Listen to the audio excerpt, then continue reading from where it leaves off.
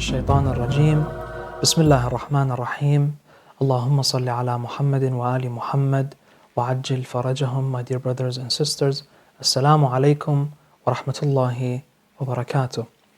Yesterday we had the opportunity in introducing the two dimensions of the acts of worship to Allah subhanahu wa ta'ala, the physical dimension versus the spiritual dimension. And we said it's very important for a mu'min to always add some meaning to his acts of worship so it could be much more meaningful, and that should ultimately gain him closeness to Allah subhanahu wa ta'ala. Tonight, inshallah ta'ala, we want to apply this notion to the very act of worship that we are all observing in Shahr Ramadan al-Mubarak, and that is fasting.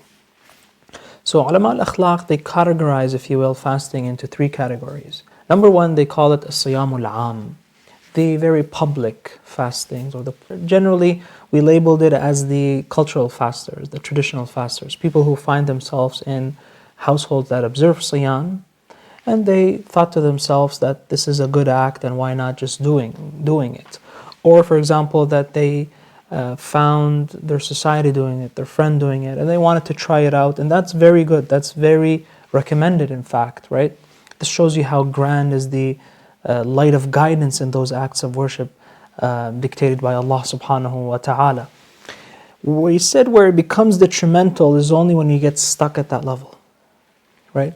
And the Prophet sallallahu alaihi wasallam warns us here where he says, وَكَمْ مِنْ صَائِمٍ لَيْسَ لَهُ مِنْ صِيَامِهِ إِلَّا الْجُوعَ وَالْعَطَشِ, right? As if he's trying to say, be aware of those group who all what they gain from siyam is hunger and thirst.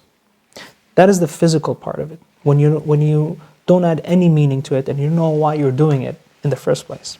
The second group is the, let's call them the religious fasters. Those are the people who heighten siyam with ad'iyah and recitation of Quran and dhikr to Allah subhanahu wa ta'ala. That's something amazing, to be honest with you, right? They perhaps recite the Quran maybe twice, even thrice in the holy month of Ramadan al-Mubarak, and they have also, if you will, added some meaning, right? They added some meaning to their siyam. So it's not about abstaining from food and drink, rather it's about empathizing with the needy, walking into the footsteps of the Prophet sallallahu alaihi wasallam, where he says, "Man fattara minkum sa'iman mu'minan fi hadha ash-shahr kana lahu 'inda Allah 'itqu raqabatin," and also he says, "وَمَغْفِرَةٍ لِمَا مَضَى مِنْ ذُنُوبِهِ." And that's something very amazing. He says, whoever basically offers a meal of iftar for someone who is in need, Allah subhanahu wa ta'ala will give him the reward of freeing a slave, and that was something very rewardable, if you will. And on the other hand, he says he will cover up all his sins that he committed in the past. So those group of people, they knew that this siyam is a sacred obligation from Allah subhanahu wa ta'ala. Now, do we stop here? No. There's this third group of people who look forward to the act of fasting because they want to destroy their carnal, animalistic self. They want to defy their ego, right? Because they are in search of taqwa. يا أيها الذين آمنوا كتب عليكم الصيام كما كتب على الذين من قبلكم لعلكم تتقون.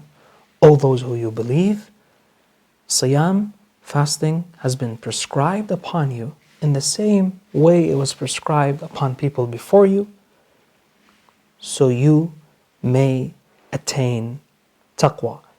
People who are looking for practices of self-discipline, self-control, self-fortitude.